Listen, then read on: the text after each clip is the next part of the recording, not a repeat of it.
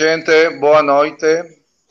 Bem-vindas, bem-vindos a este evento online do IAB Pernambuco, que foi denominado Cidades em Distopia, em atenção à tragédia que o mundo, e o Brasil em especial, está vivendo com a pandemia de Covid-19. Este será o último debate do ciclo, mas fiquem atentos à programação do IAB Pernambuco, porque tem mais coisas pela frente, certo? Bem, a pandemia coloca um desafio conjunto para médicos e arquitetos e urbanistas, considerando que o princípio de uma vida saudável começa em um ambiente digno e saudável.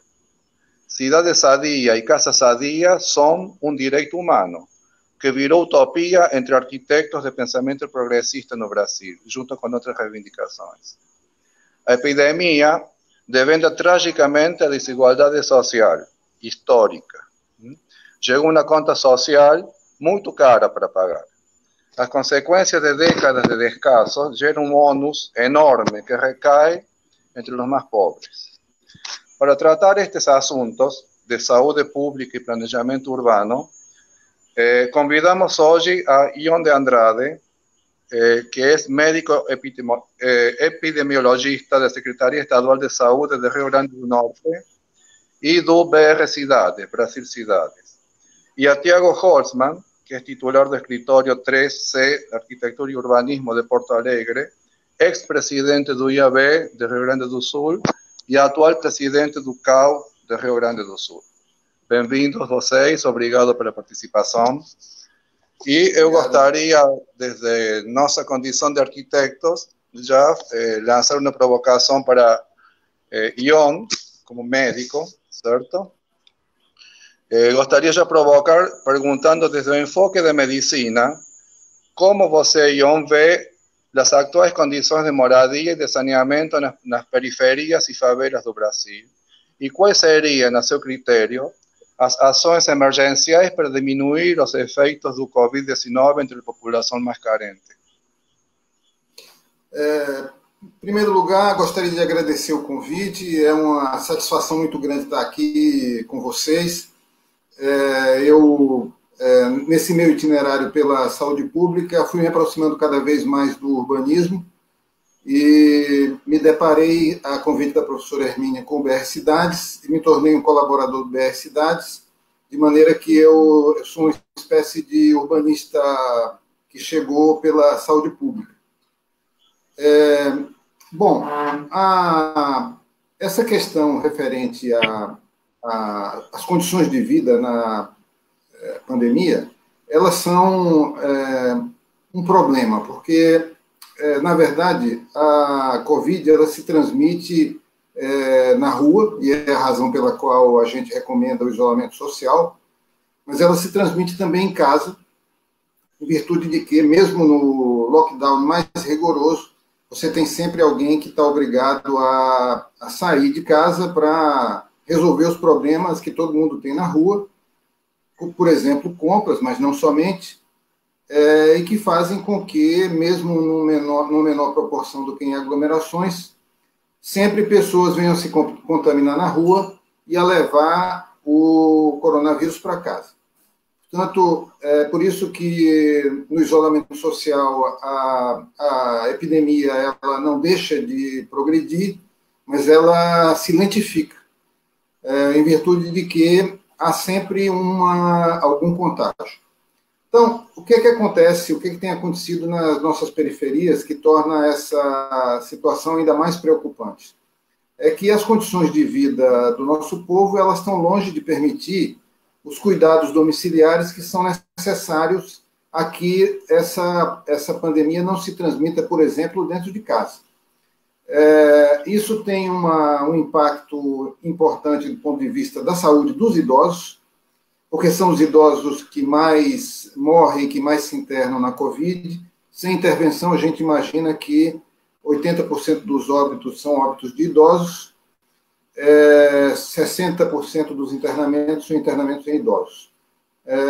Então, isso na prática significa que aquele familiar mais jovem que é levado a resolver problemas fora de casa, ele traz a Covid para casa, provocando a doença exatamente naquele personagem que tem menos mobilidade, que é o idoso, e que vai, portanto, pagar a fatura no preço mais alto com o internamento ou com o óbito. A gente aqui em Natal, a gente tem se esforçado muito para tornar esse mecanismo claro, ou seja, de tentar, de todas as formas possíveis, fazer chegar às famílias a informação de que elas devem, portanto, mesmo sob isolamento social, manter um rigor, sobretudo se elas têm idosos ou pacientes doentes crônicos em casa. Elaboramos uma cartilha, temos sempre nos exprimido nesse sentido. Mas existe um limitador, como vocês colocaram, que são as condições de vida reais das pessoas. Portanto, há famílias que vivem em casas minúsculas, em que é impossível se imaginar que elas vão poder ter os cuidados adequados de proteção desses elos mais vulneráveis. E isso não é tão incomum assim, isso representa uma parcela expressiva da nossa sociedade. E, portanto, a pergunta que vocês colocam é bem posta no sentido de o que é que se pode fazer em relação a isso, porque você não pode imaginar que pode haver ações emergenciais de aumento do tamanho dessas residências em nível maciço, porque são milhares de pessoas que vivem e que moram em condições precárias. Em alguns lugares, por iniciativa das comunidades, é o caso, por exemplo, de Paraisópolis, eles definiram as escolas como locais de isolamento dessas pessoas vulneráveis, portanto, mas para isso eles tiveram apoio de uma série de instituições, do Einstein, etc. Portanto, as escolas foram convertidas em espécies de enfermaria para pacientes que estão sob isolamento, exatamente porque nas suas residências isso não é possível. Portanto, essa seria uma iniciativa. O grande problema no Brasil é que, para completar a pandemia, nós estamos enfrentando um governo federal irresponsável, para dizer o mínimo, de forma que isso que deveria constar como um plano nacional de iniciativas de abrigamento dessas populações que vão precisar realmente de isolamento ou de pacientes saudáveis que estão em residências que têm pacientes COVID e que precisam preservar a saúde, sobretudo se forem idosos ou crônicos, não existe como uma política pública. Portanto, nós estamos, cada estado, cada comunidade, cada cidade, devendo tomar iniciativas locais, porque não tivemos uma orientação geral, um plano nacional de contingência contra a Covid. Então, essa é uma primeira visão que eu queria compartilhar com vocês a partir do enfoque da saúde. Certo. Você está justamente evidenciando a trayectoria histórica de las ciudades brasileñas con su desigualdad social y las condiciones precarísimas de habitación. Tiago, sabemos das iniciativas que você conduz desde o Rio Grande do Sul, desde o CAU do Rio Grande do Sul, para integrar a actuação em assistência técnica para pessoas de baixa renda e o SUS, o Sistema Único de Saúde. Nos conta um pouco dessa experiência, assim como convênios com prefeituras que você está promovendo lá no Rio Grande do Sul. Bom, primeiro, Beto, muito obrigado aí pelo convite, né? É um prazer a gente conversar aí com os colegas. É um prazer também, não nos conhecíamos, estamos nos conhecendo agora. Essa relação dos arquitetos com os outros profissionais, com outras áreas que atuam, né? Ou seja, em conjunto, né? Eu acho que é um entendimento importante, é um entendimento que ele é relativamente recente entre nós, arquitetos. É muito comum, Ion, a gente conversar só entre arquitetos, né? Faz palestras para arquitetos, para os estudantes de arquitetura, e isso a gente tem conseguido romper nos últimos anos e estabelecido a relação com outros setores, outras profissões, e também ampliando, né, essa nossa relação com toda a sociedade. O que nós estamos fazendo, Beto, aqui é o resultado de um trabalho coletivo, de um acúmulo que vem também, né, de alguns anos, né, em alguns casos de algumas décadas, né, de atuação dos arquitetos na área da habitação social. Eu vou até começar pelo fim, né, pelo trabalho mais recente, né, que a gente está desenvolvendo aqui no CAU do Rio Grande do Sul, que é um projeto que nós chamamos de nenhuma casa sem banheiro. Ou seja, nesse momento atual em que a grande recomendação para enfrentar a pandemia é fique em casa, lave as mãos, uma parcela muito importante da nossa sociedade não pode lavar as mãos, ou seja, não tem acesso à água potável, a sabonete, a toalha limpa, para poder fazer o básico da higiene. E a casa em que essas pessoas moram também não oferece segurança, não oferece, né, não é um ambiente saudável, não é um ambiente que ofereça o mínimo, né, para que uma família more com dignidade. Então, o Nenhuma Casa Sem Banheiro ele é resultado de um outro projeto nosso, que é o Casa Saudável, que eu explico mais adiante, mas o Nenhuma Casa Sem Banheiro que nós estamos propondo é construir, efetivamente, né, 11 mil banheiros aqui no Rio Grande do Sul, que é para suprir o déficit que é apontado pelo IBGE, que obviamente a gente sabe que ele é muito superior a esses 11 mil, mas 11 mil é a meta que nós colocamos para atender a essa demanda, que é uma demanda urgente. Ou seja, fique em casa, lave as mãos, é algo que condena uma parte grande da população a não ter como, ou seja, não ter condições de enfrentar a pandemia, porque estar em casa e lavar as mãos é algo impossível.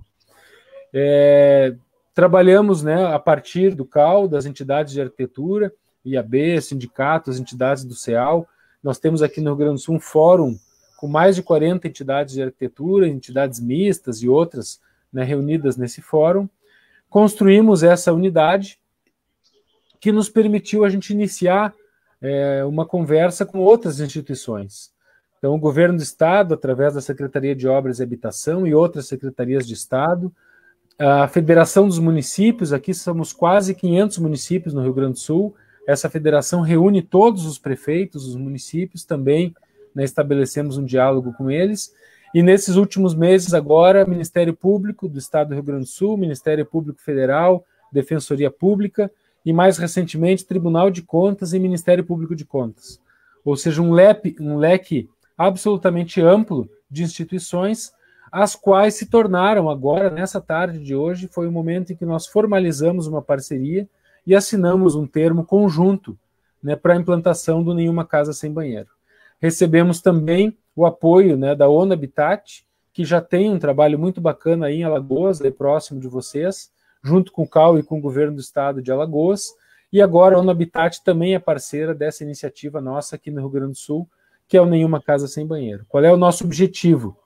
É resolver, conseguir montar esse quebra-cabeça para que a gente possa iniciar o quanto antes a realizar projetos e as obras desses banheiros. Dividimos essa ação em 3 grandes, digamos assim, componentes. Uma delas é o projeto, que o CAU é responsável, o CAU está colocando recursos, né? Obviamente não são recursos suficientes, mas é um recurso para iniciar esse processo, junto com as entidades, selecionar arquitetos para fazerem os projetos. O governo do estado basicamente viabiliza, a partir de recursos próprios, de recursos que vai buscar, né, noutras instituições, noutros parceiros, viabiliza o material, e as prefeituras localmente, com as comunidades, com as entidades locais, viabilizam a mão de obra. Com isso nós temos projeto, mão de obra e material, resolvido esse problema para que a gente possa iniciar a implantação desse projeto. Esse projeto Nenhuma Casa Sem Banheiro, ele é resultado, né, digamos, ele é uma especialização para atender a essa urgência do que nós chamamos o Casa Saudável, né, que daí mais adiante aí eu comento com vocês, que é um projeto mais abrangente, um projeto que tem, né, uma pretensão também de permanência no tempo maior, e que eu gostaria depois de conversar, o Ion é médico, vai poder nos ajudar, né, a entender melhor também essa dimensão que a gente está propondo. A gente agora está em uma emergência provocada por el COVID-19, mas já o Brasil vem experimentando muitas emergências. Já tivemos epidemias de Zika, de chikungunya, várias epidemias, só quando dá a sensação de que quando a sociedade privilegiada se vê afetada é quando se coloca o olho dentro das comunidades carentes. Uma situação bastante demonstrativa de uma cultura que devemos modificar, que faz parte da desigualdade social que parece que está encarnada em nossa sociedade, não é? O que você opina, Ion, esta situação de ter que estar correndo atrás do prejuízo. É isso mesmo. Estamos sempre apagando incêndios, né? Exato. Isso é uma história longa. Tiago estava falando aí dessa ideia de nenhuma casa sem banheiro, e você imagina só, nós cruzamos o século XXI com um problema do século XVIII. Né? Exatamente. É uma coisa incrível. E há 30 anos passados, eu sou pediatra de origem, e comecei nessa minha colaboração, portanto, naquela época, 30 anos atrás, no enfrentamento da mortalidade infantil. Portanto, a mortalidade infantil aqui no Nordeste era muito alta. E, então, nesse bairro onde a gente tem trabalhado, uma das coisas que a gente fez, a gente criou um grupo de visitadoras de saúde, antes até da estratégia de saúde da família e dos agentes comunitários de saúde, e a gente fazia reuniões semanais, onde a gente colhia informações sobre o que estava acontecendo na comunidade, e uma das coisas frequentes era essa questão dos banheiros, da falta de banheiros, que levava as pessoas, portanto, imaginem vocês, a enterrar as fezes no quintal de casa, porque não tinha um banheiro. E a gente fez, naquela época, em regime de mutirão, a gente dava o cimento, dava o vaso sanitário, e acompanhava as famílias na construção desse banheiro. Né? A gente fez isso. Mas, portanto, imagina, é uma realidade que não foi superada no Brasil em termos de país. Né? Continua presente, continua necessitando de uma política pública focada. E naquela época, inclusive, existia a SUCAM, que fazia banheiros. Né? Enfim, é uma situação dramática. Eu diria que essa epidemia de Covid, ela traz uma variável nova, porque normalmente as doenças elas só matam os pobres, né? E essa ela está sendo um pouco mais universal, de forma que isso ajuda a amadurecer o conceito de que a saúde não pode ser o privilégio de poucos, porque é uma rede na qual o destino de um é o destino de todos. E isso nem sempre é percebido. E é lamentável que os pobres vão continuar pagando o preço mais alto, mas eu acho que ela abre uma fissura para que a gente possa trabalhar mecanismos de equidade um pouco melhores do que os que estavam postos antes da Covid. Na verdade, eu acho que a gente vai ter um antes e depois da Covid, embora os frutos vão demorar para aparecer. Mas eu acho que essa doença ela traz elementos de reflexão para a sociedade transversais que a gente precisa aproveitar para tentar levar a sociedade para diante. Né? Acho que é uma das coisas presentes no cenário. Até, e uma coisa que tu comentou, acho que é muito importante. Eu participei outro dia de uma discussão, né, como essa, sobre o tema das novas tecnologias e a cidade, a pandemia, como vai ser a cidade pós-pandemia e as novas tecnologias e tal. E aí uma das questões que eu comentei são das tecnologias não novas, mas das tecnologias, no sentido amplo. Isso.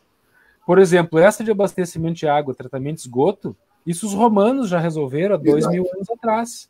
E muita gente hoje ainda não tem acesso a uma tecnologia que já tem 2.000 anos.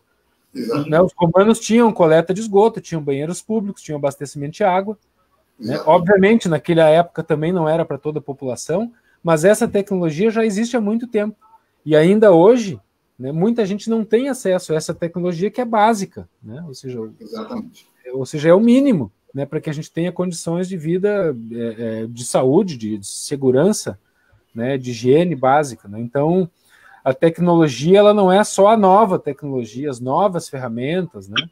Ela é também uma tecnologia ancestral, uma tecnologia construtiva, que já permite construir casas que são mais seguras, que são mais adequadas ao clima, etc. Então, muita gente não tem acesso a tecnologias centenárias ainda. Imagina as novas tecnologias. Então, mais distante ainda. Né? Como falou Ion anteriormente, estamos en pleno século XXI con problemas del século XIX. e uma coisa extremamente, do século XVIII, aliás, você falou século XVIII, e uma coisa extremamente contraditória, que é um direito básico, eu acho que um direito humano básico, século XXI, estar sem uma casa sem banheiro, virou uma utopia entre arquitetos de pensamento progressista. Olha a contradição em que estamos. É inacreditável, é isso mesmo. Pronto, inclusive, em 2008 foi sancionada uma lei que foi uma bandeira de luta de muitos anos do Instituto de Arquitetos do Brasil e de vários colegas de pensamento progressista, que é a implementação da Lei de Assistência Técnica para Pessoas de Baixa Renda, a Lei 11.888, que é destinada a melhorar justamente as condições sanitárias e de habitação das comunidades mais pobres. E é uma lei que já faz 12 anos que foi sancionada e a colocação em prática dessa lei é muito tímido ainda, considerando a magnitude do Brasil. Entre os médicos, essa lei é conhecida? É divulgada? Não é conhecida, e a gente, na verdade, quando a gente analisa na área da saúde, mesmo os progressistas, viu? O pessoal da saúde pública e tal, os médicos que estão na estratégia de saúde da família, quando se analisa as questões que tocam a moradia e saneamento, etc., como isso não está na governabilidade da saúde, isso entra como um elemento descritivo de risco e vulnerabilidade. Então, por exemplo, existem algumas ferramentas que a gente usa na estratégia de saúde da família, por exemplo, que ranqueiam aquela população por vulnerabilidade e risco, para que a equipe possa enxergar quem precisa mais, no sentido de ter projetos de acompanhamento que são familiares, ou seja, para não tratar de forma homogênea a todos. Então, tem, por exemplo, a escala de Coelho, que é uma dessas ferramentas que ranqueia as pessoas por grau de risco e vulnerabilidade. E os problemas relacionados, portanto, com más condições de moradia, densidade familiar muito alta, más condições de saneamento, etc., são elencadas como fatos geográficos. Portanto, você não tem intervenções focadas nesses problemas. Você pode ter estratégias de manejo da família que vive sob esses problemas. Mas a saúde, ela deixou de refletir sobre como solucionar essa problemática, porque ela não tem os orçamentos, ela não tem a governabilidade. Então, qual é o grande problema disso? Porque a gente tem uma ação estatal que é muito fragmentada. Porque, por exemplo, a estratégia de saúde da família constata essa problemática, mas não tem ferramentas para enfrentar. Portanto, ela abandona as ferramentas para enfrentar ao longo do tempo para se concentrar no manejo da situação problemática.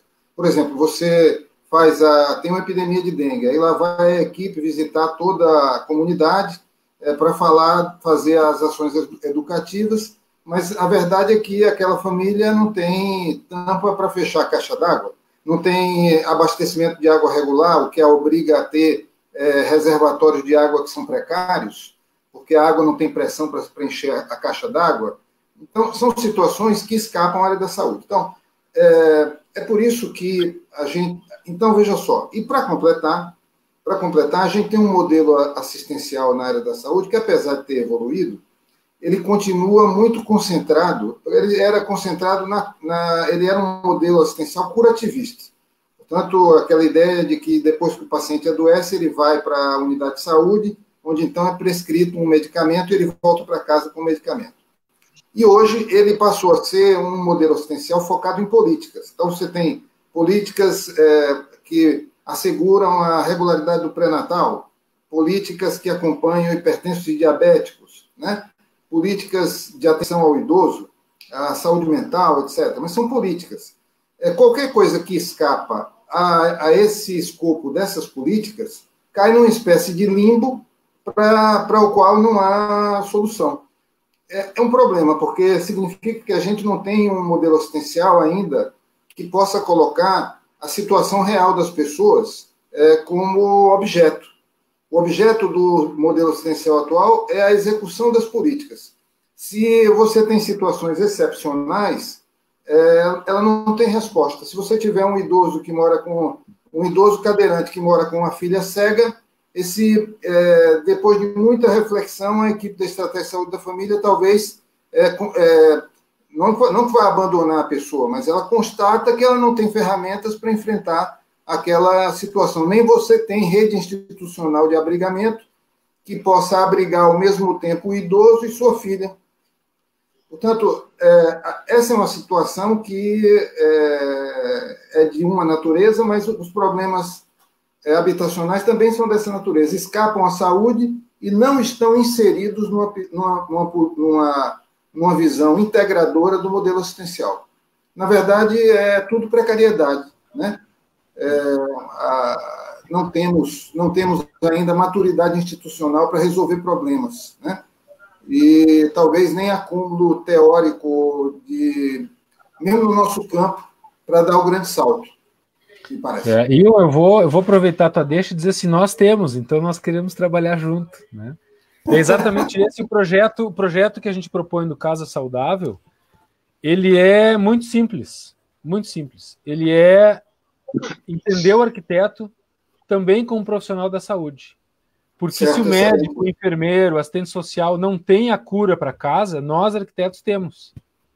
Sim, então, é integrar o arquiteto nas equipes de saúde. Por quê? Porque a casa é um vetor de doença, ela é a origem de várias doenças. Doenças, para nós aqui no Sul, então, doenças respiratórias, né, diarreia, falta de higiene, falta de acesso aos serviços básicos, tuberculose, leptospirose, tem uma infinidade de doenças, aí tu sabe muito melhor do que eu, que elas são geradas pela casa. Uma casa que não é ventilada, não é bem iluminada, né, que tem umidade permanente, não tem o básico de higiene para poder lavar a mão, para poder tomar banho, para poder lavar os alimentos, né, ou convive com dejetos, com animais, né, ou seja, animais que são vetores de doenças, e os médicos e os enfermeiros e as equipes tradicionais que trabalham na saúde, elas não têm esse remédio. E nós, arquitetos, temos. E esse é o nosso projeto Casa Saudável. Né, como vocês sabem, né, ou seja, o artigo 6º define que moradia é um direito fundamental de todo brasileiro. É um direito constitucional. Assim como saúde, que tem o SUS, né, que atende a saúde de maneira universal, e a gente pode criticar, mas a gente tem que criticar para que fique melhor, não para que acabe, como alguns criticam, né? Nós temos a educação é um direito fundamental, e nós temos desde creche até universidades públicas também, né, que nós devemos qualificar elas ainda mais. Aliás, a importância das universidades públicas ficou explícito nessa pandemia, mais explícito ainda, né? Nós temos o direito fundamental à segurança, toda uma rede de segurança, defensorias públicas, a justiça, etc. E moradia nós não temos nenhum sistema público de atendimento. Desde 2008, o Beto falou, né, ou seja, a Lei 11.888, de 2008, nos permite construir um sistema público de saúde. Qual foi o nosso entendimento aqui? Que assim como o SUS levou décadas para ser construído, para ser estruturado, nós poderíamos, quem sabe, pegar um atalho. E o atalho que a gente encontrou foi exatamente reivindicar que o arquiteto esteja na estratégia de saúde da família, que o arquiteto possa fazer o atendimento da família. Porque muitas vezes eu construí um banheiro, eu elevar o piso, eu abri uma janela, eu consegui resolver o problema da água potável ou do esgoto, eu vou curar aquela família, que tem várias doenças que têm origem exatamente nas doenças da casa. Ou seja, quem tem condições de curar a casa é o arquiteto. E essa casa deixa as famílias doentes. Então, nós temos condição também de proporcionar saúde para as famílias, não diretamente para a pessoa, mas através desse vetor, dessa origem da sua doença. Esse é um trabalho que nós iniciamos, nós temos já um convênio com o município aqui do Rio Grande do Sul, para iniciar, colocando arquitetos junto das equipes da estratégia de saúde da família, para fazer o atendimento direto às famílias, atendendo a família, obviamente, onde ela mora, reformando, qualificando, melhorando, né, a sua moradia, para que a gente economize, inclusive, dinheiro lá da saúde. Né, a gente fez um levantamento, eu tenho valores, né? Isso. O tratamento de uma pessoa que tem tuberculose custa R$ 1.700 em média. Se é reincidente, custa R$ 3.500. Se for hospitalizado, custa R$ 30 mil. Ou seja, alguém que vai hospitalizado por tuberculose, que é uma doença que ela é, ou seja, adquirida no ambiente que é mal iluminado, mal ventilado, ou seja, trabalho de arquiteto, custa R$30 mil, ou seja, dá para fazer uma casa nova, né? Se a gente conseguir, ou seja, esse recurso dá para fazer uma casa nova e nós vamos curar uma pessoa e a família toda. Então também tem esse vetor econômico e financeiro, né, que nós estamos trabalhando, e nós temos tido uma receptividade muito boa no pessoal da saúde, né? Ou seja, esse relato que tu nos dá, ou seja, o médico, o assistente social, o enfermeiro, quem atua, não tem esse remédio, que nós temos e podemos ajudar, né, compondo a equipe de vocês, a gente pode ajudar a resolver esses problemas. Então esse é o projeto que nós temos aqui, que a gente chamou de Casa Saudável, e que nós já estamos iniciando. Obviamente agora com a pandemia vai ter algum atraso, mas nós já temos um município conveniado aqui para fazer um projeto piloto. Eu acho excelente essa iniciativa de vocês, e é algo que tem ocupado meu espírito em relação a... É uma preocupação que eu tenho, porque é um dos limites para que a saúde possa funcionar melhor, né? Diria que isso obriga também a um diálogo intersetorial no contexto do próprio poder público. Portanto, por quê? Porque os recursos, muitas vezes, para as obras públicas não estão na saúde, elas vão estar na Secretaria de Obras.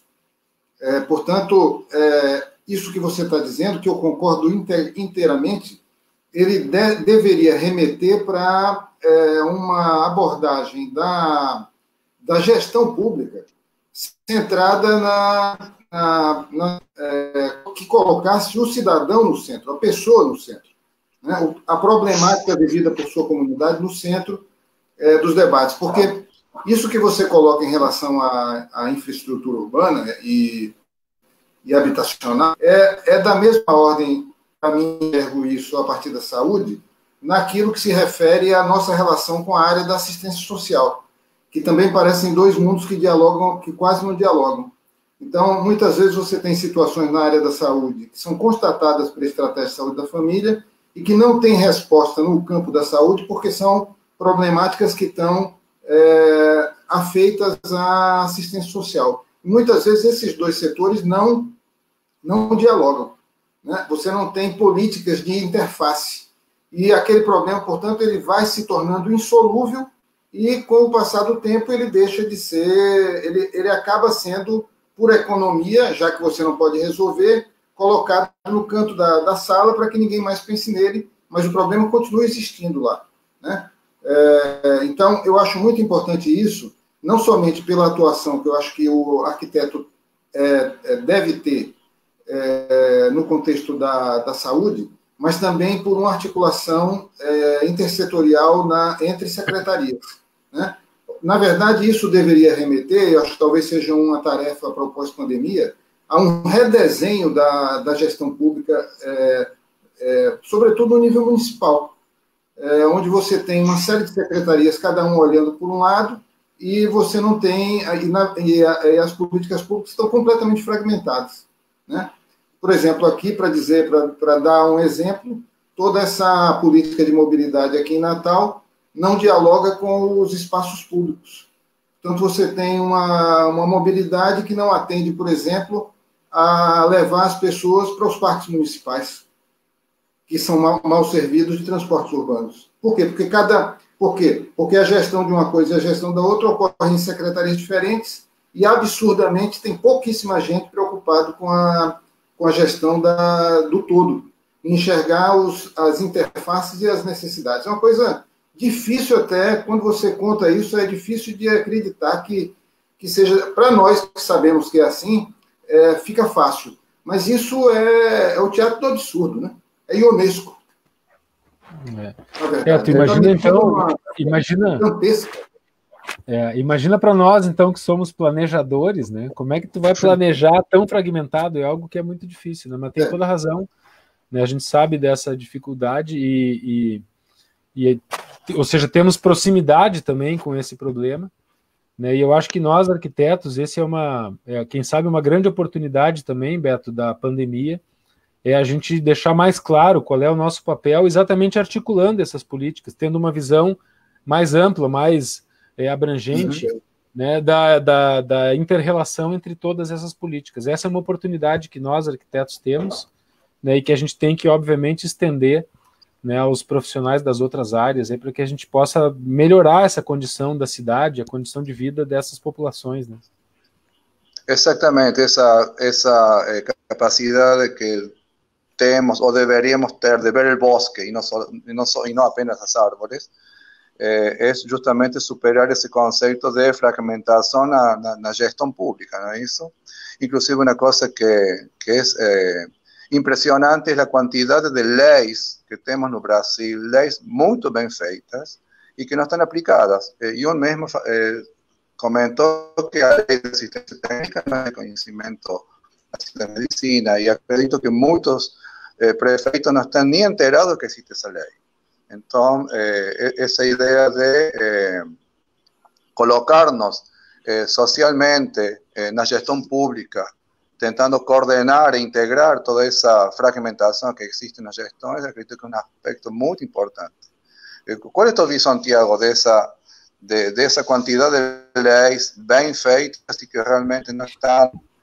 A gente tem um contexto de muitas leis urbanas, por lo menos, e as cidades que estão bastante aquém desse arcabouço legal que nós temos.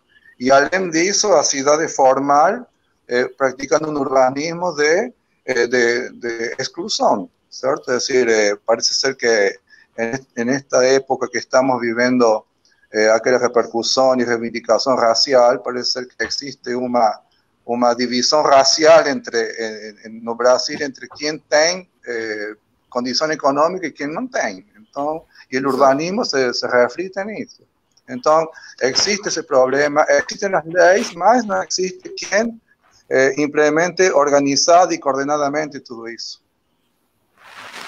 Eu acho que sim, Beto. Me ocorreu um exemplo que eu acho que é um exemplo muito bom. Quer dizer, é um exemplo trágico, na realidade, mas que ilustra isso que tu está comentando. Quando houve aquela tragédia do incêndio na Boate Kiss, morreram 242 jovens que estavam lá se divertindo, né? A primeira reação que teve a sociedade foi alterar a lei. E a nossa posição aqui, das entidades de arquitetura, da área da engenharia aqui no Rio Grande do Sul, foi: não precisa mudar a lei. Se ela fosse cumprida, não teria acontecido o que aconteceu. Então tem uma necessidade de fazer novas leis, e muitas dessas novas leis, infelizmente, não são cumpridas, não são atendidas, né? Se não fosse um enorme esforço nosso, dos arquitetos, e das nossas entidades, em promover a lei de assistência técnica, é uma lei que teria sido aprovada e teria ficado na prateleira. Ainda está, né, na prateleira, ainda não é uma realidade né, ampla. Então, ou seja, é uma lei que foi aprovada e parece que a aprovação da lei resolveria o problema. Assim como o Estatuto da Cidade resolveria o problema, né, da justiça social no ambiente urbano, no planejamento. Não resolve, ou seja, a lei ela é um instrumento, ela é um passo. Se a gente não exigir, não fizer a implantação da lei, não brigar pela implantação, não ajudar a implantar, não adianta nada. Né? Na área da saúde, por exemplo, o SUS também, ou seja, tem uma legislação que ela é antiga, mas até que se implante, que se consolide, e depois para manter, para aperfeiçoar, dá muito trabalho, ou seja, tem um envolvimento muito grande nosso. Eu acho que tem um mérito, nesse aspecto, tem um mérito importante do CAL, que em 2015 o CAL decidiu, nacional e em todos os estados, dedicar um percentual da sua arrecadação, ou seja, o dinheiro do CAL ele é o recurso de todos os arquitetos que contribuem, dedicar aí 2% de toda a arrecadação do CAL para promover a lei de assistência técnica. Eu acho que esse é um ponto de inflexão. A gente teve a aprovação da lei, a gente não conseguiu grandes ou boas experiências, né, pelo menos experiências contínuas nesse período, e desde 2015 nós temos conseguido pelo menos divulgar a lei e ter recursos para essa divulgação. Eu acho que agora nós estamos num momento de dar outro passo. Né? Já temos a lei, já temos a divulgação da lei, pelo menos dentro do nosso ambiente profissional. Nós temos agora que convencer os outros agentes que atuam na cidade com o tema da habitação de que, ou seja, levar a eles o conhecimento da lei e fazer com que eles sejam parceiros. Então, esse movimento que nós temos feito nos últimos 2 anos aqui no CAL, com a ajuda das entidades de arquitetura, é exatamente mostrar a lei para outras instituições, para governos, para prefeitos, para Ministério Público, para defensores públicos, para o pessoal da área da saúde, para os conselhos, né, o conselho, né, da área da assistência técnica, o conselho de medicina, etc. Então, ou seja, a gente tem que fazer com que a lei seja conhecida pelos outros, para que a gente tenha condição de colocar a lei efetivamente em prática. Então, esse é o passo que nós estamos dando agora. E usando recursos do CAL para trabalhar, ou seja, para romper a inércia. Obviamente, o CAL não tem recursos para resolver o problema da moradia no Brasil. Aliás, não é esse o nosso papel. Mas nós estamos usando esses 2% da nossa arrecadação para romper a inércia, para mostrar que é possível, para indicar caminhos, para convencer os outros agentes da viabilidade, da urgência, da necessidade dessa lei, de que a gente coloque os arquitetos a serviço das comunidades, a serviço do pessoal da saúde, a serviço de quem trabalha na área do saneamento, né, a serviço de quem trabalha na área da segurança, né, dos idosos, né, ou seja, muitas vezes pequenas ações dos arquitetos podem fazer com que aquele idoso não caia na sua casa, não tenha um acidente, né, não sofra algum dano que vai acabar repercutindo lá na área da saúde, e que nós podemos, com ações preventivas, prever e prevenir e resolver antes que aconteça o problema. Então, acho que esse é o passo, né, que nós estamos buscando, né, dar aqui no Rio Grande do Sul, e tem, né, em vários outros estados iniciativas excelentes também nesse sentido. A saúde começa em casa, né?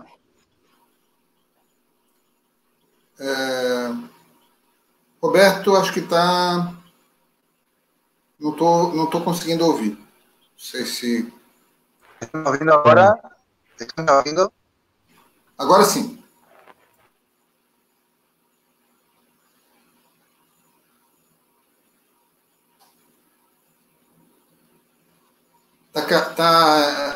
O sinal está intermitente, viu, Roberto?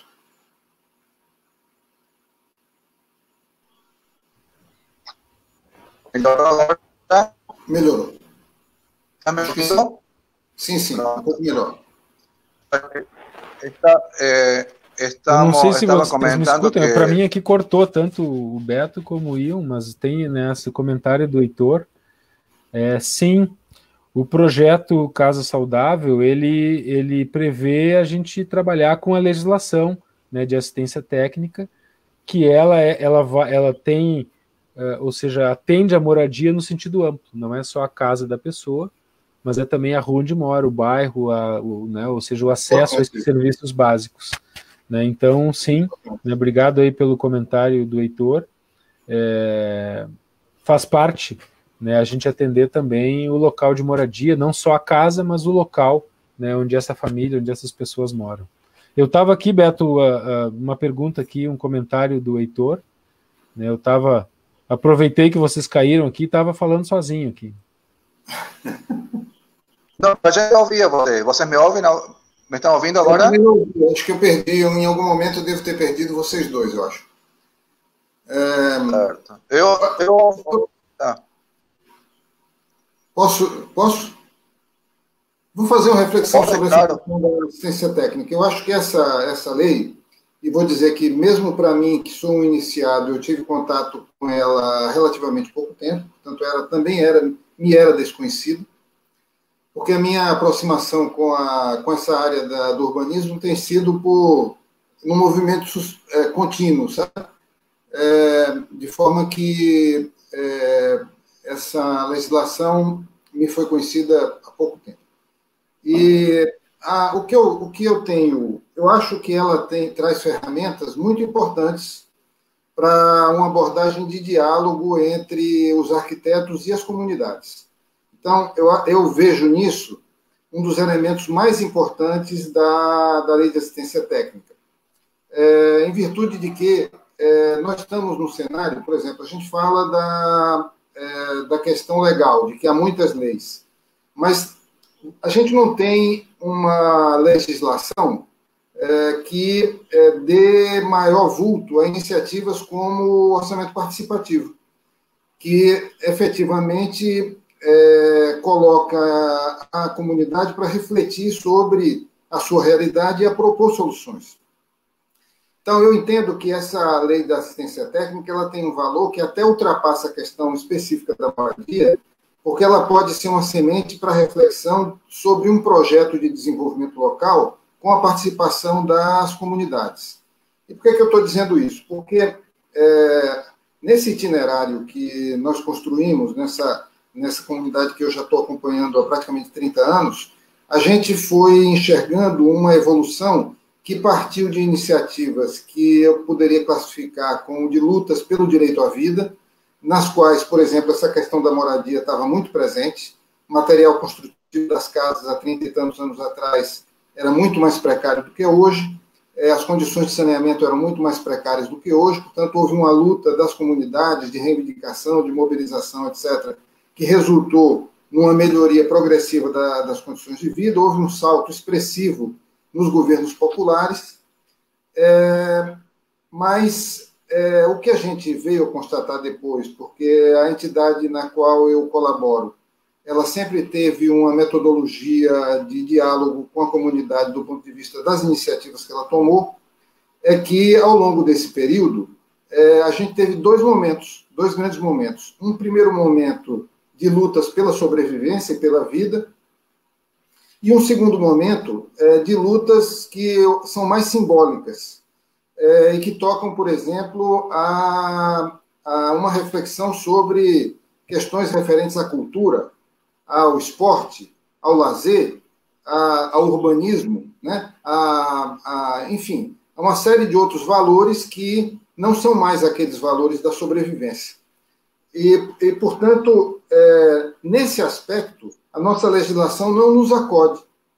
Por exemplo, a gente tem uma série de normas que definem o uso e ocupação do solo, para dar um exemplo, etc., mas a gente não tem nenhuma legislação que dimensione qual é a necessidade que uma cidade tem, por exemplo, em relação a bibliotecas. Quantas bibliotecas por 100 mil habitantes nós precisamos? Não existe reflexão. Eu sei quantas unidades básicas eu preciso, porque existe um dimensionamento. Mas eu não sei quantas piscinas públicas eu preciso. Portanto, o que é que significa isso? Que as periferias não têm nada disso. A gente não tem, por exemplo, um dimensionamento em relação a quantas salas de reunião para os movimentos associativos das comunidades são necessárias. Resultado é tudo precário. Você chega numa associação de moradores e é precaríssimo. Mas isso é um problema de falta de orçamentos? Não. Isso é um problema do nível de desenvolvimento a que nós chegamos do ponto de vista do dimensionamento dessas necessidades. Nós chegamos, inclusive, a dimensionar quanto seria necessário de orçamento municipal para a gente ter uma atualização em relação a essa que eu estou dizendo que ela é. Eita. Oi, caiu, Ion. Cortou um pouco, né? Cortou. Perdimos o áudio dele. A ver se retoma.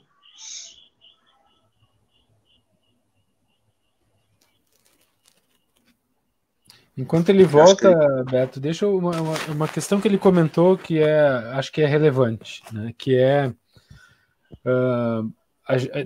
ou seja, a ATES, a assistência técnica, ela é muito importante para fazer o arquiteto chegar nas famílias, na comunidade, ou seja, nos bairros, nas periferias, e que são pessoas que não têm condição de contratar o nosso serviço, ou seja, não tem recurso, não tem dinheiro, né? Ou seja, uma pessoa de baixa renda não tem dinheiro também para contratar um advogado, para contratar um médico, né? Não tem dinheiro para muita coisa, né? Mas se precisar de um advogado, tem o defensor público. Se precisar de um médico, né, de um enfermeiro, tem o SUS, né? Se precisar de escola pública, tem a escola pública, né? Mas se precisar de um arquiteto, não tem, ponto, né? Acabou.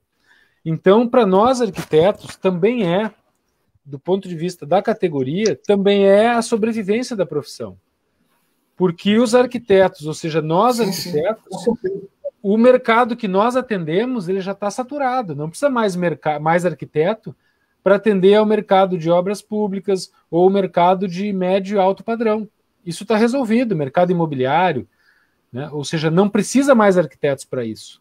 Só que tem 85% da população que não tem acesso ao arquiteto, né? Esse é um censo, é um dado do CAL também, de uma pesquisa que o CAL fez. Né, Tiago, só para concordar com você, claro. Nem tem acesso ao arquiteto do ponto de vista do que toca a sua moradia, como também do ponto de vista da iniciativa de todos esses equipamentos coletivos, né, mais do que necessários nas nossas periferias, e que são a expressão do nosso subdesenvolvimento.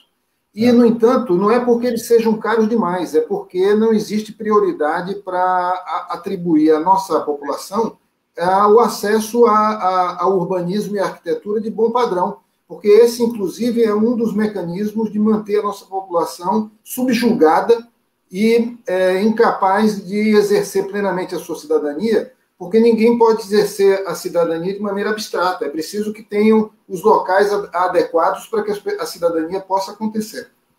Então, é uma coisa que infelicita o Brasil.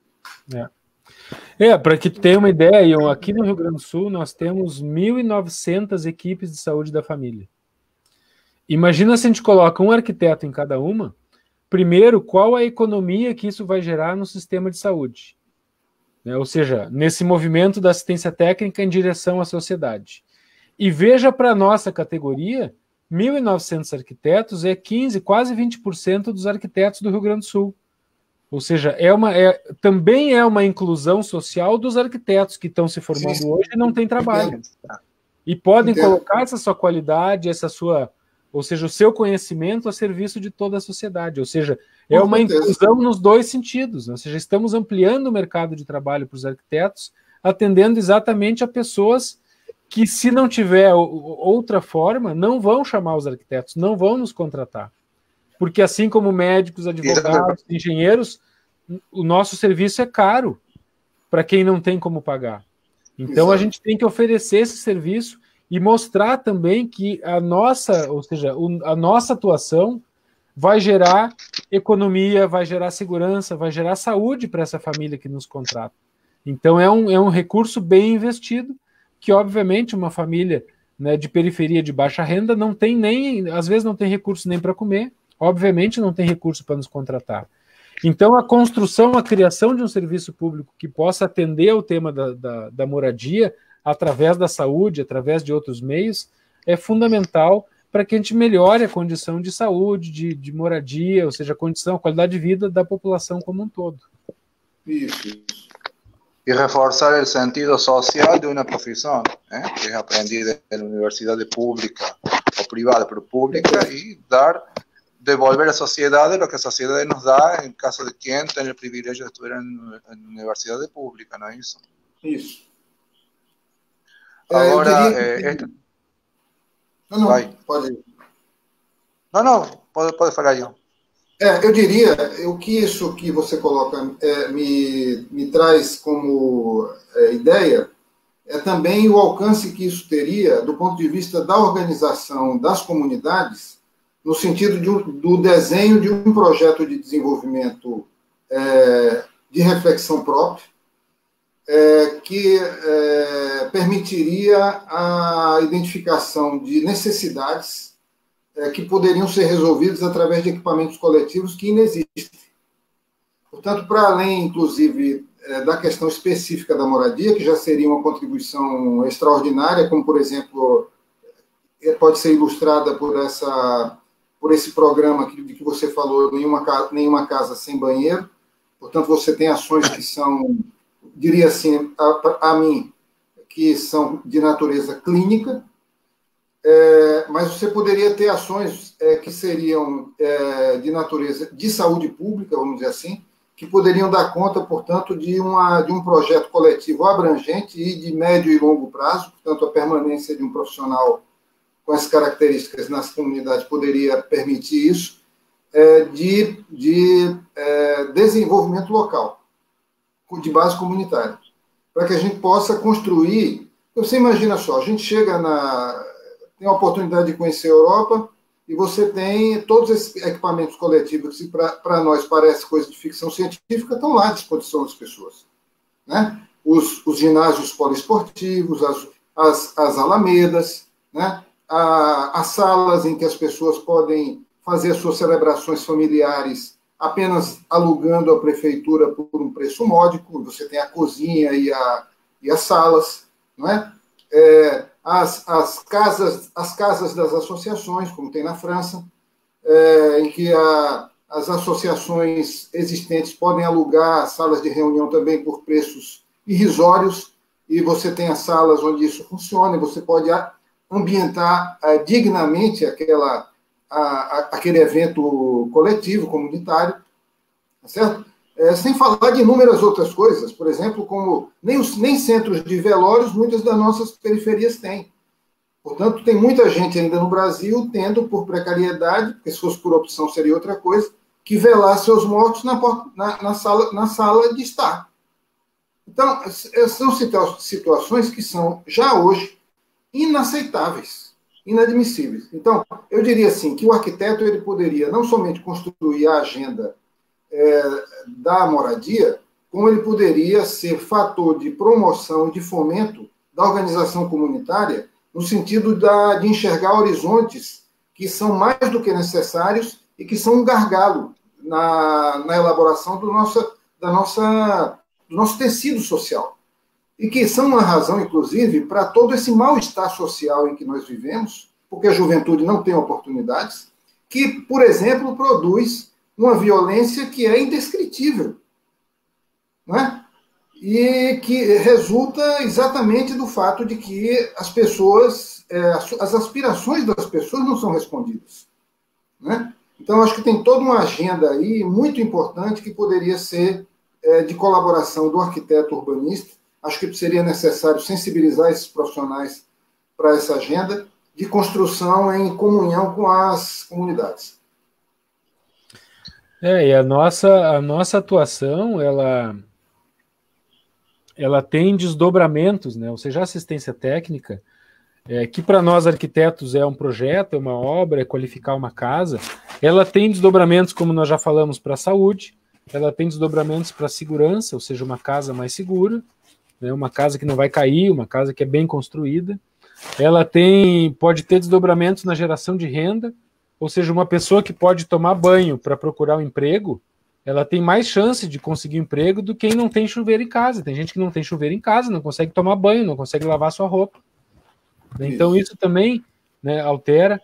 Também o tema, né, da violência familiar, da violência contra as mulheres e contra as crianças, ou seja, casas muito pequenas que tem, né, muita gente morando junto, uma promiscuidade muitas vezes de gerações, de pessoas. Então, isso também, ou seja, ampliar essa casa, é mais um cômodo, é um quarto, é uma janela, é separar a sala do ambiente de dormir, ou seja, são questões que para nós são tão básicas e tão simples de resolver, e a gente muitas vezes não tem acesso a oferecer essa solução, né, para essas famílias, para a sociedade como um todo, para essas comunidades.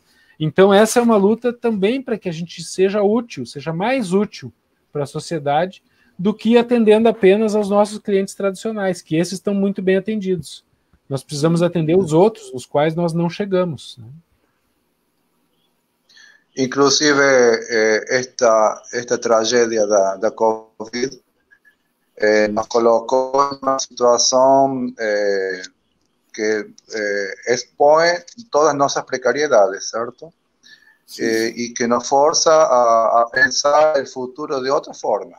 Inclusive, tem pessoas que dizem que estão analisando que o século XXI começa agora, que realmente esta pandemia nos está haciendo tomar contas de dívidas históricas, en el caso de sociedades como Brasil. Y la importancia que tenemos de pensar nuevos paradigmas, nuevos valores que van a ser los valores del século XXI, ¿cierto? Y acredito, y también nuevos principios éticos, cómo nos vamos a comportar con nuestros semejantes, a quién vamos a brindar nuestros servicios, vamos a continuar construyendo ciudades excludentes en cuanto 80% de las personas continúan morando en precariedad, ¿cierto? Y acredito que una de las pautas que se perfilan para este século XXI, na minha opinião, são duas pautas básicas.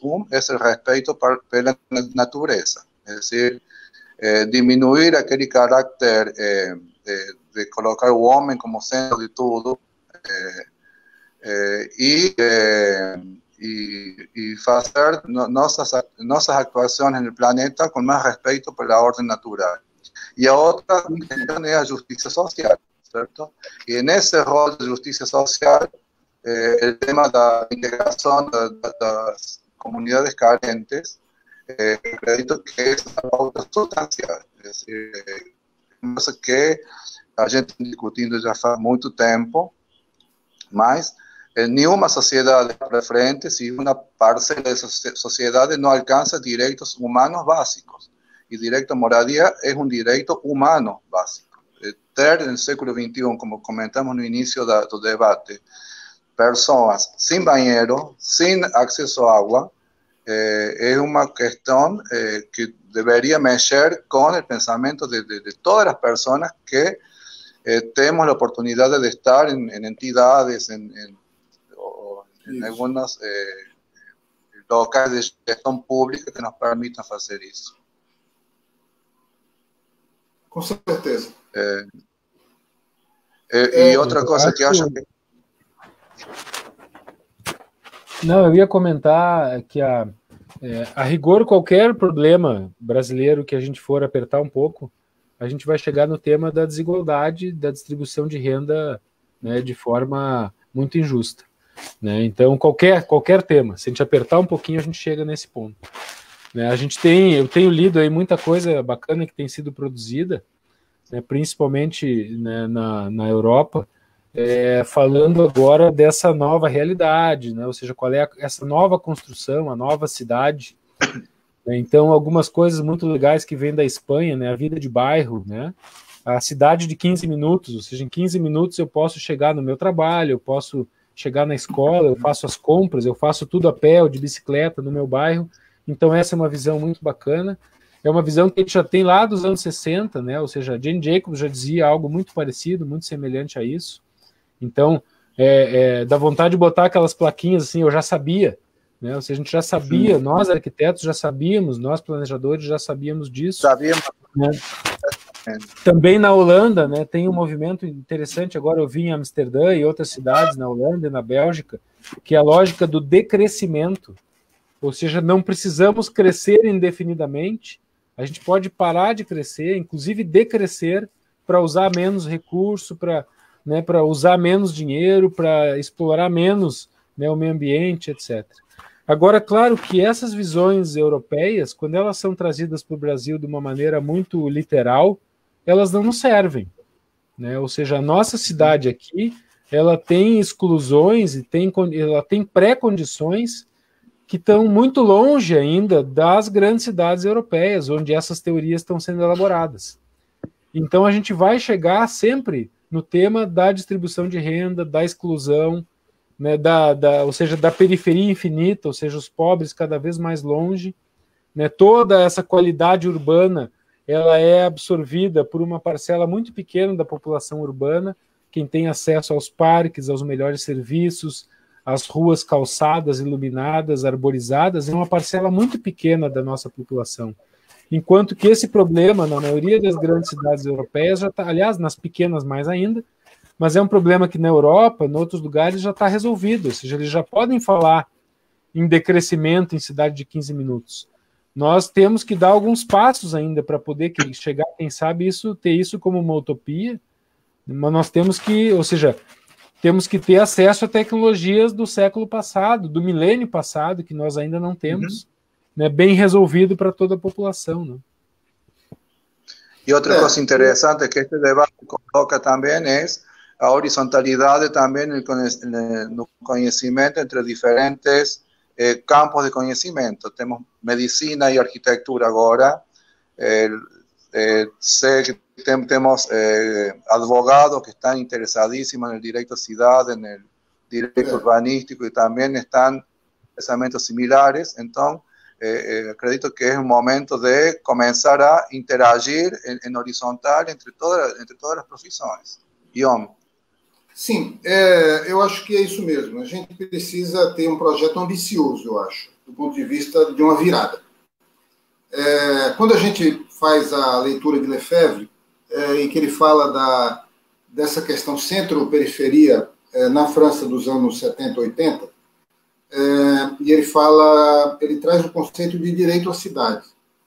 E o direito à cidade, para ele, portanto, é o acesso a todas aquelas oportunidades e facilidades que os centros têm e que, portanto, as periferias, mas ele está falando das periferias francesas, dos banlieues, não tinham acesso. E, portanto, ele está falando de uma realidade em que todos esses desafios que para nós ainda não estão resolvidos, que eu estou classificando como de direito à vida, estavam resolvidos.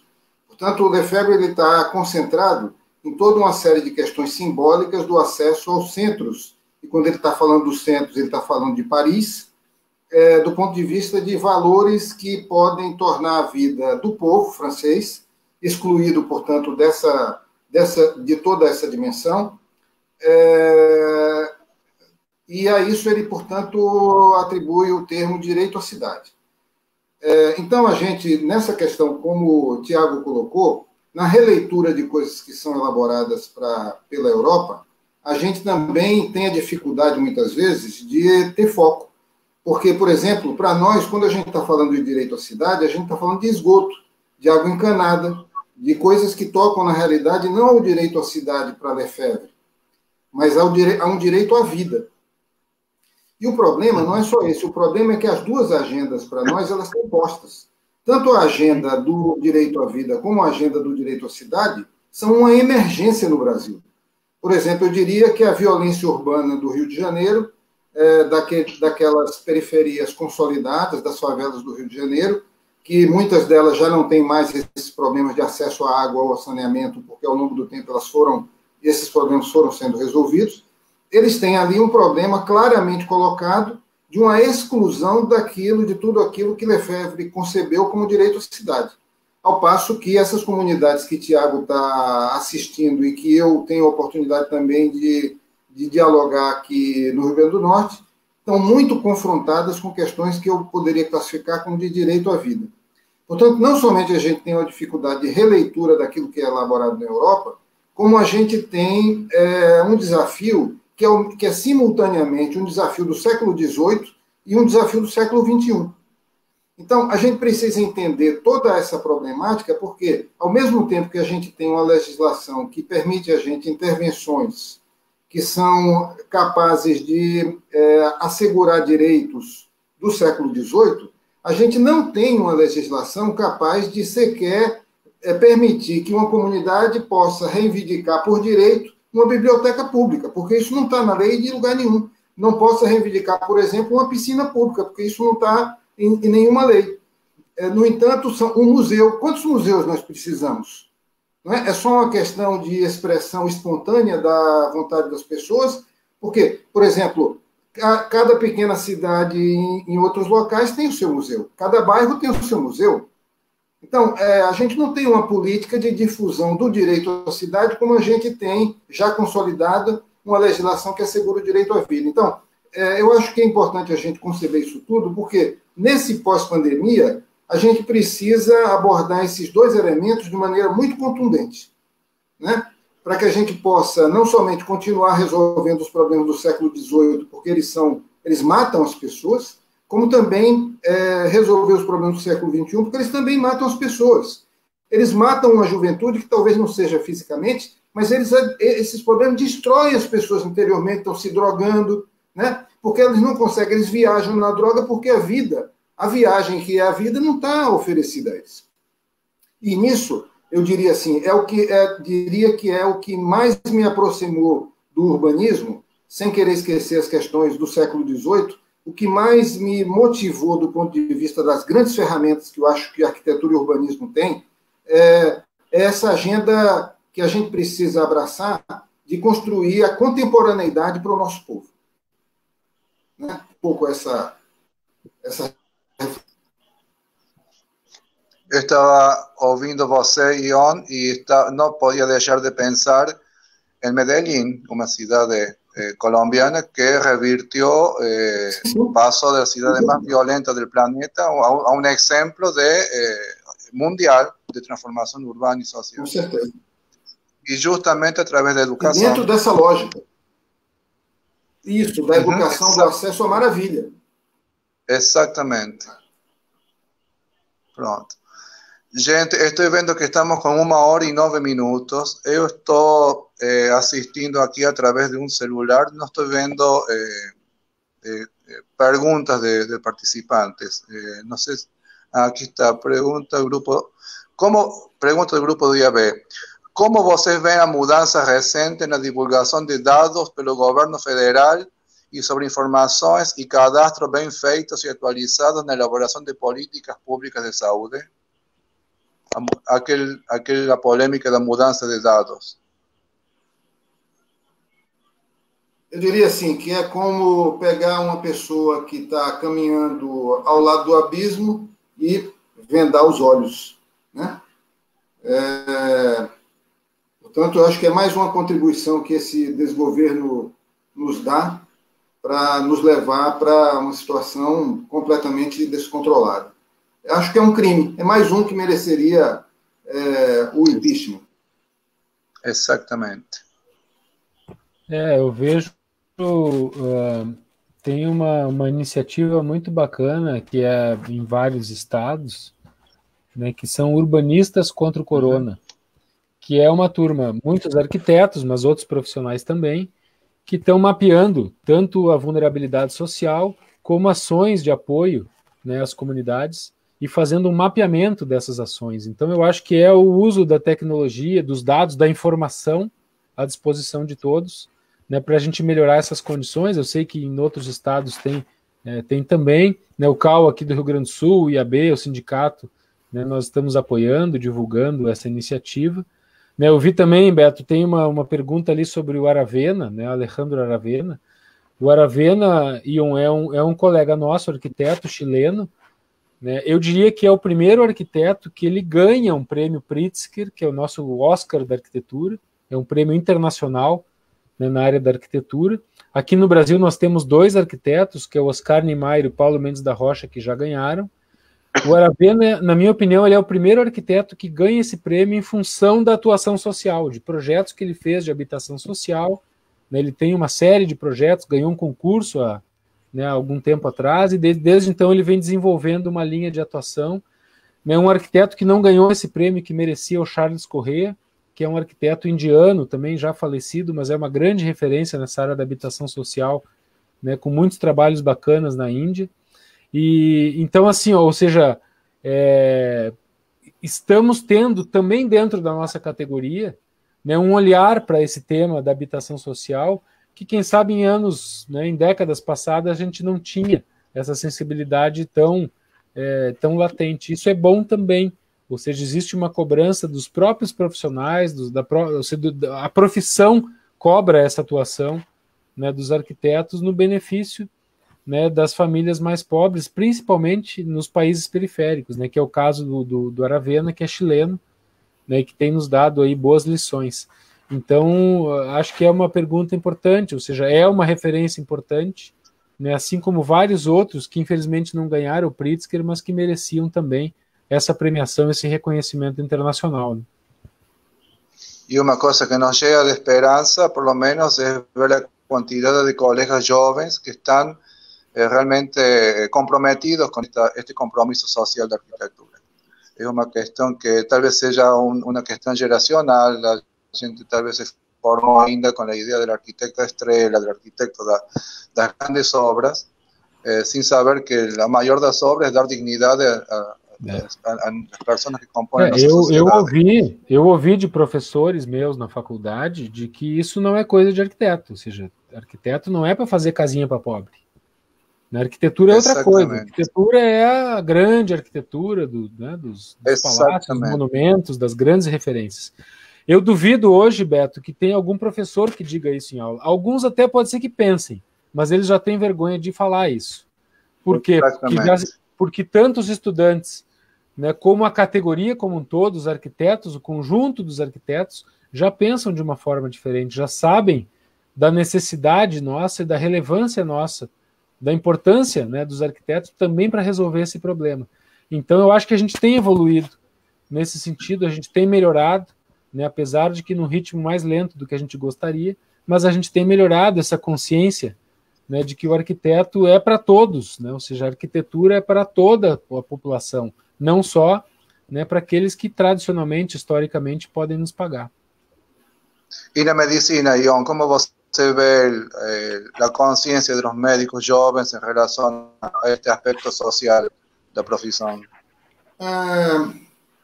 Vejo com preocupação, porque diria que a gente está num ambiente político muito polarizado, né? O Brasil de hoje é um ambiente político muito polarizado, e parcelas muito expressivas dos médicos, inclusive dos jovens médicos, diria que não estão, talvez, entendendo muito bem os desafios que estão colocados e têm se posicionado ou sido atraídos para posições extremamente conservadoras, né?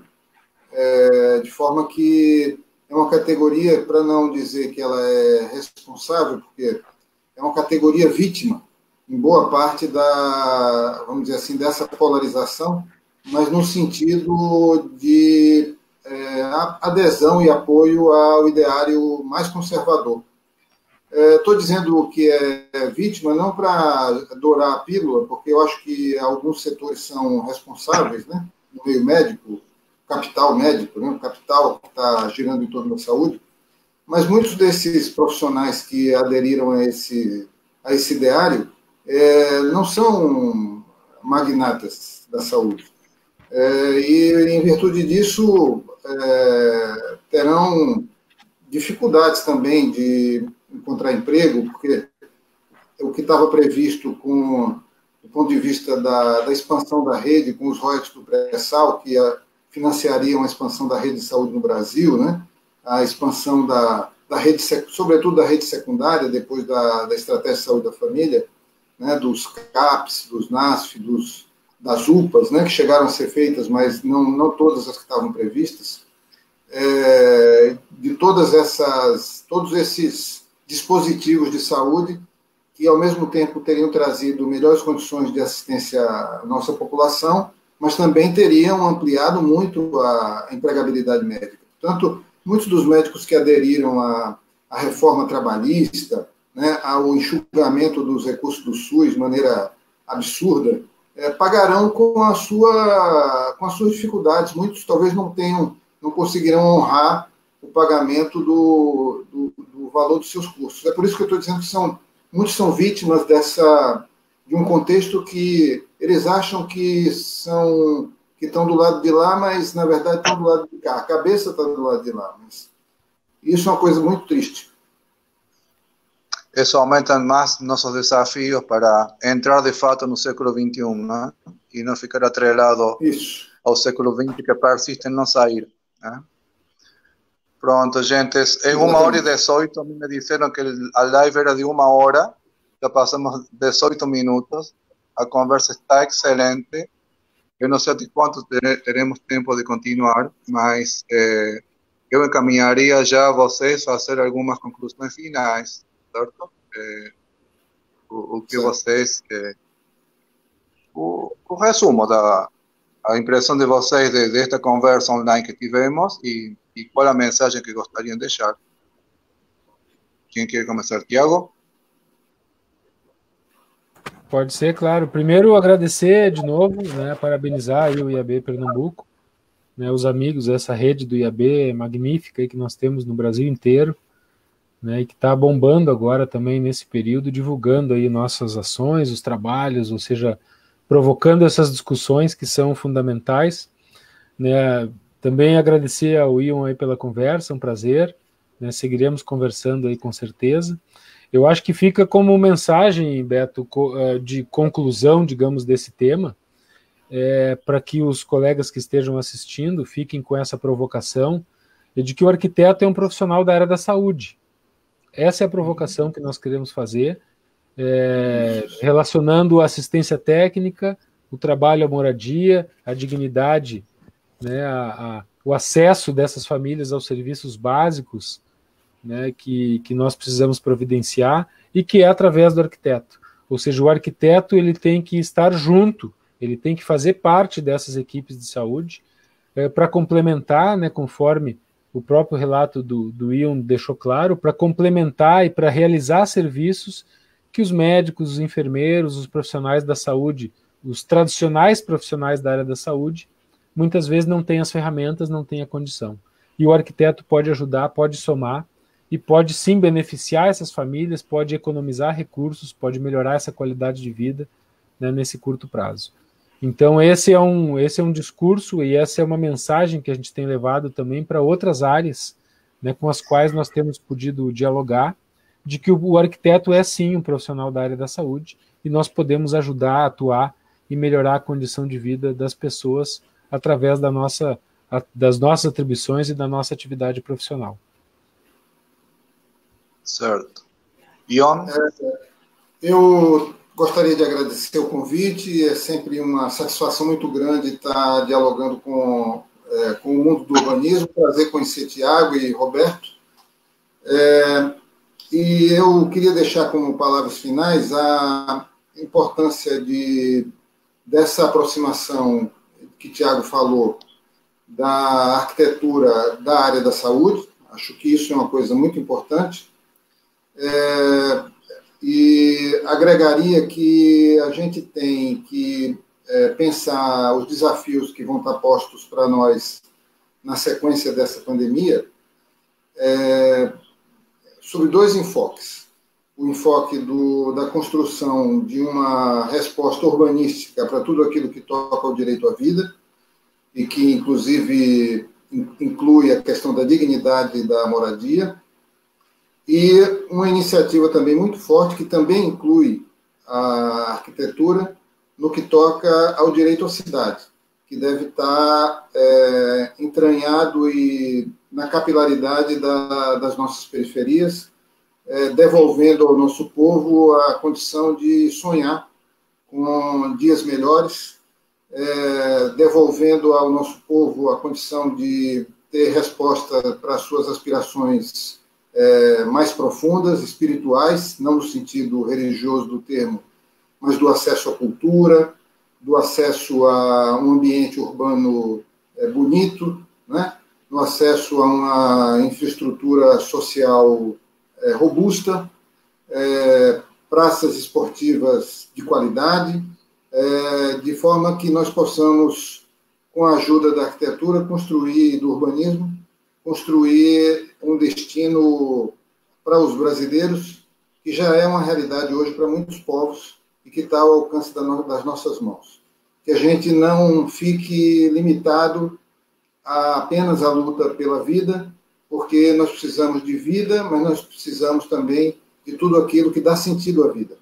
E a gente tem que terminar de construir a página do ontem, não é? Porque, como o Tiago colocou, muitas tecnologias antigas que não são acessíveis, ao mesmo tempo que a gente tem que construir a página do amanhã, para que a gente possa ter uma sociedade que funcione bem, mas que seja também uma sociedade de paz, prosperidade para o nosso povo. Era o que eu agradeço. Certo. Obrigado, Ion.